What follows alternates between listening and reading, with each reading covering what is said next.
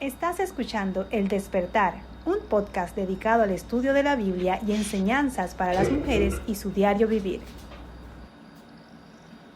Buenos días, chicas, ¿cómo están? Espero se encuentren bien en este día.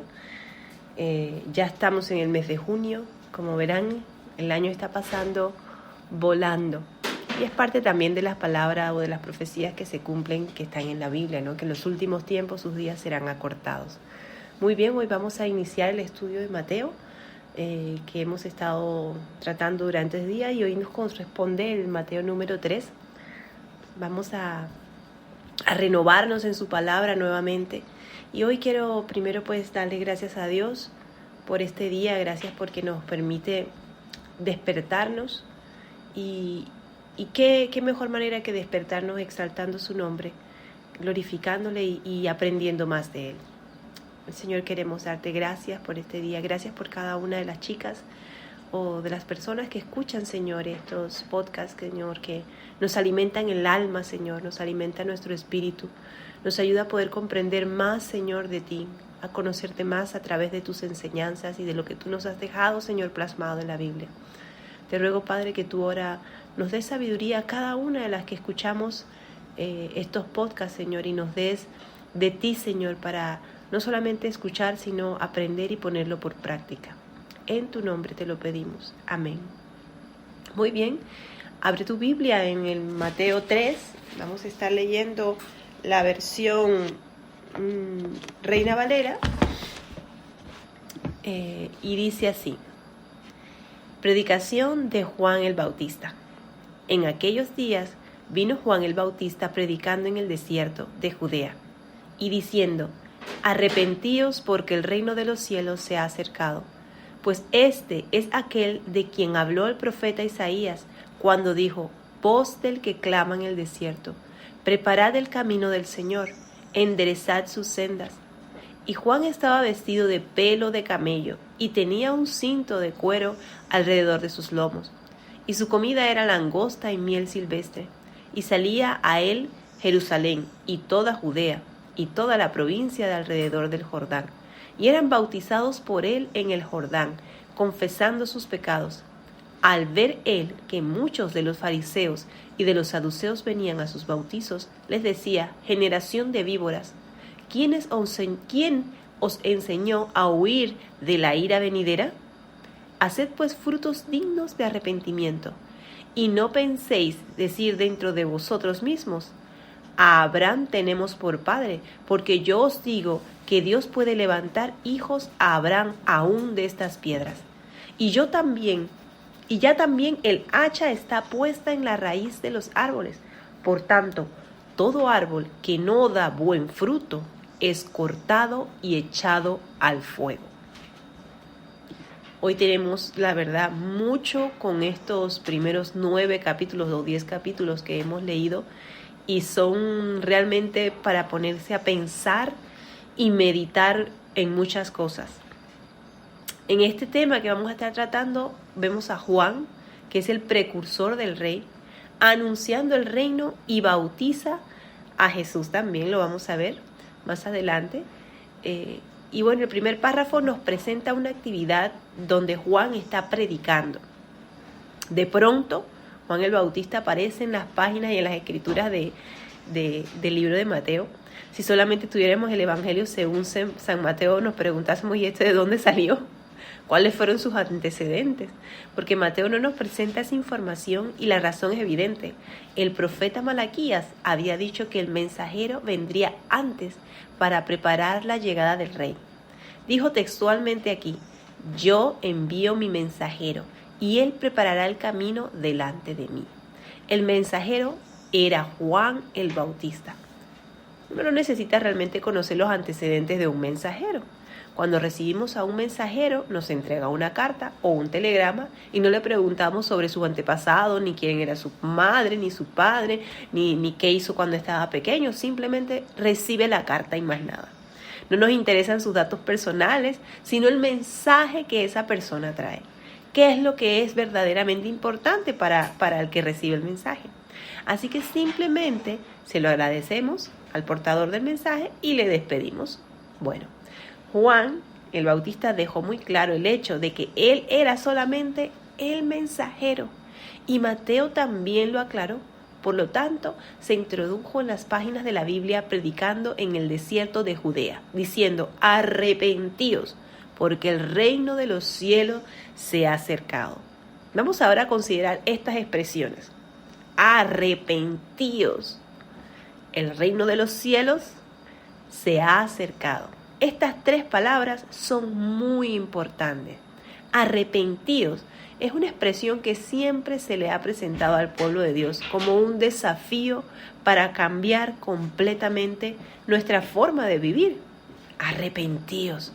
En el original griego corresponde a la palabra metanoia, que significa cambio de mente. O sea, si estás yendo en una dirección, das vuelta y vas a la otra dirección. Principalmente el arrepentimiento concierne a las personas ya salvas, al pueblo de Dios de cualquier época, tanto en esa como en la de ahora. Ellos son los que cuando llegan a ser insensibles o indiferentes tienen que dar vuelta o experimentar un cambio de mente. Esto fue precisamente el mensaje enviado a las 7 iglesias de Asia Menor que se encuentran en el libro de Apocalipsis. Era el mensaje del mismo Jesucristo.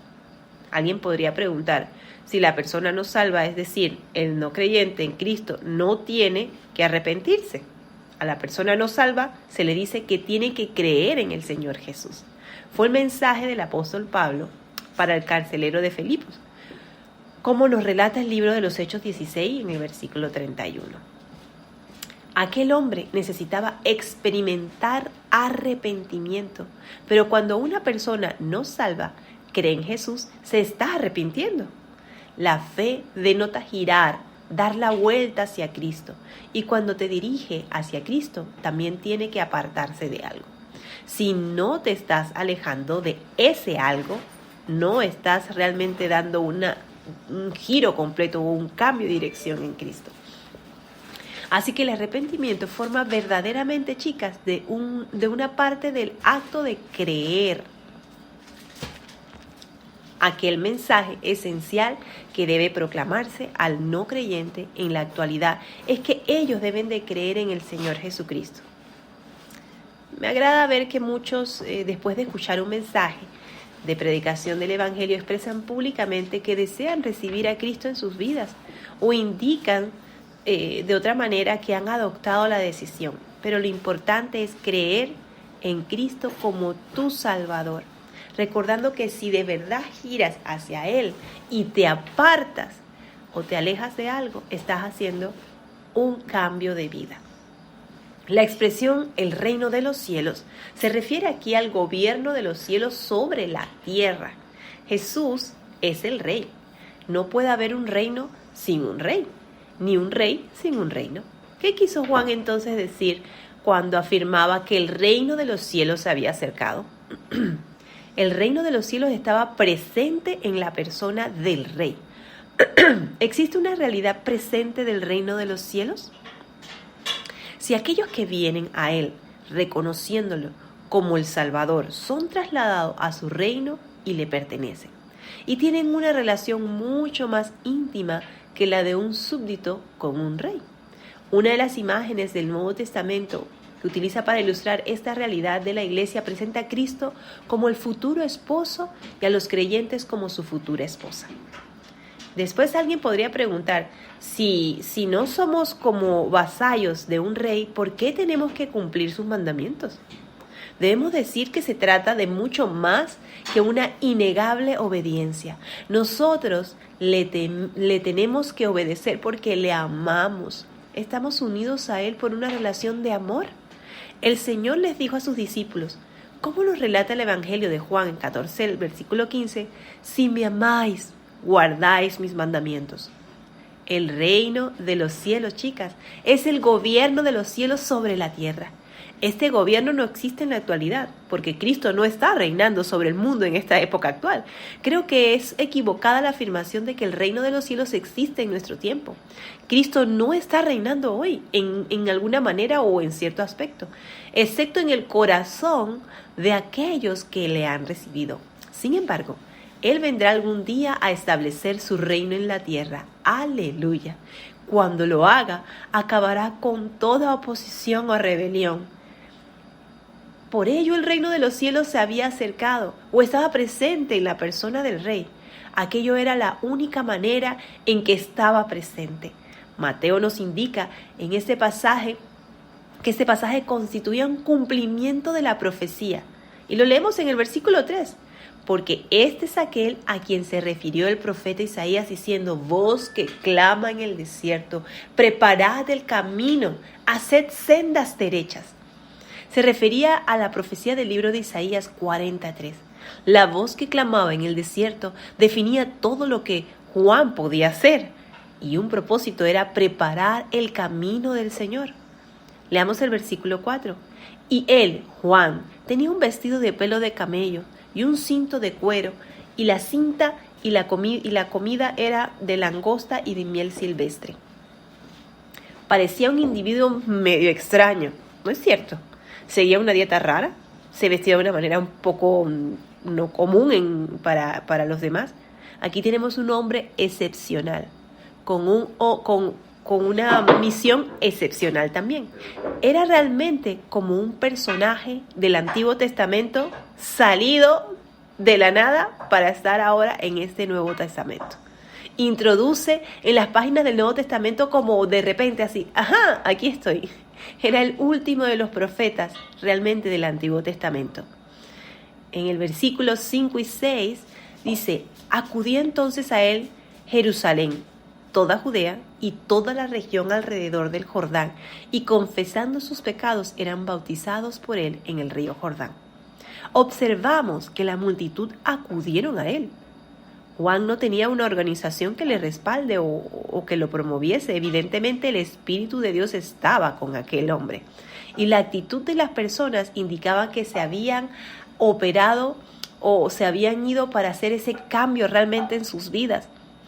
El mismo hecho de que se sometieron al bautizo que efectuaba Juan, que era una demostración de que estaban abandonando su antigua manera de vivir y asumiendo esa nueva vida en Cristo. Bueno, el siguiente párrafo nos presenta un encuentro con los fariseos y los saduceos. Dice así: pero cuando vio que muchos de los fariseos y saduceos venían para el bautismo, y obviamente no iban para bautizarse, les dijo: camada de víboras, ¿quién os enseñó a huir de la ira que vendrá? Por tanto, dad frutos dignos de arrepentimiento, y no presumáis que podáis deciros a vosotros mismos: tenemos a Abraham por padre, porque os digo que Dios puede levantar hijos a Abraham de esas piedras. A mí me llama la atención la forma desafiante de dirigirse a los fariseos y saduceos. Tremendas palabras que les dijo. Pasó por alto su dignidad y haciéndoles ver la inutilidad de apoyarse en la vinculación con Abraham como antepasado. Fue verdaderamente un lenguaje muy fuerte y violento. Es como si le hubiese dicho: debéis mostrar evidencia de esta nueva vida. No se trata de que paséis solamente por el acto del bautismo. Tiene que haber fruto en vuestras vidas. Y yo me voy a detener en esta parte de aquí para que la profundicemos. Dar frutos o mostrar evidencias de quiénes somos. Ahí creo que un dicho muy común que dice: la mujer del César no solamente debe parecerlo, sino serlo. Pues es básicamente esto. No podemos decir que somos cristianos independientemente de qué iglesia tú asistas, católica, evangélica, bautista, y decir soy cristiana o asisto a la iglesia porque me gusta escuchar y realmente no hacer nada de lo que estás escuchando. No puedes decir que vas a la iglesia, escuchas un mensaje que diga que tienes que amar a tu hermano y al siguiente día estás dándole de golpes. No puedes decir que eres hija de Dios y estás siendo desobediente, maldiciendo, diciendo palabras soeces que salen por tu boca o diciendo tacos. O sea, no puede haber dos fuentes de una misma agua. Es que no puede haber. dos aguas de una misma fuente. No puedes decir, soy una fuente que tira agua amarga y agua dulce, porque es que no la hay. Tu manera de comportarte tiene que demostrar, uno, que realmente estás caminando con Jesús y que has dado ese nuevo cambio en tu vida. No puedes estar dando un testimonio de una manera en la iglesia y luego en tu casa tienes otro testimonio. Tiene que haber un verdadero arrepentimiento y tener realmente un fruto de ese espíritu de que Jesús vive en ti. Tienes que tener un verdadero cambio. Muy bien, vamos a terminar por hoy recordando que también hoy los ritos y las ceremonias carecen de valor ante Dios. Si una persona no ha tenido un encuentro personal con Él por medio de Jesucristo, se produce el principio de una transformación o un individuo, un fruto, una conducta, sus obras. Si no lo demuestran, todo ello es evidente de que no existe esa vida, o sí existe esa vida. Así como estos fariseos que se acercaron a Juan simplemente para tal vez cotillar y ver quién era y jactarse de que ellos sí eran alguien y Juan no, y realmente no estaban dando fruto de eso. Asimismo tenemos que nosotros cambiar y no ser como esos fariseos, dar un cambio en nuestras vidas y demostrar que ha habido un verdadero arrepentimiento y que Jesús es el que gobierna nuestro corazón. Muy bien, chicas, mañana continuaremos con este capítulo 3 de Mateo. Espero que pueda ser aplicable a tu vida. Recuerda, el reino del Dios se va a acercar nuevamente.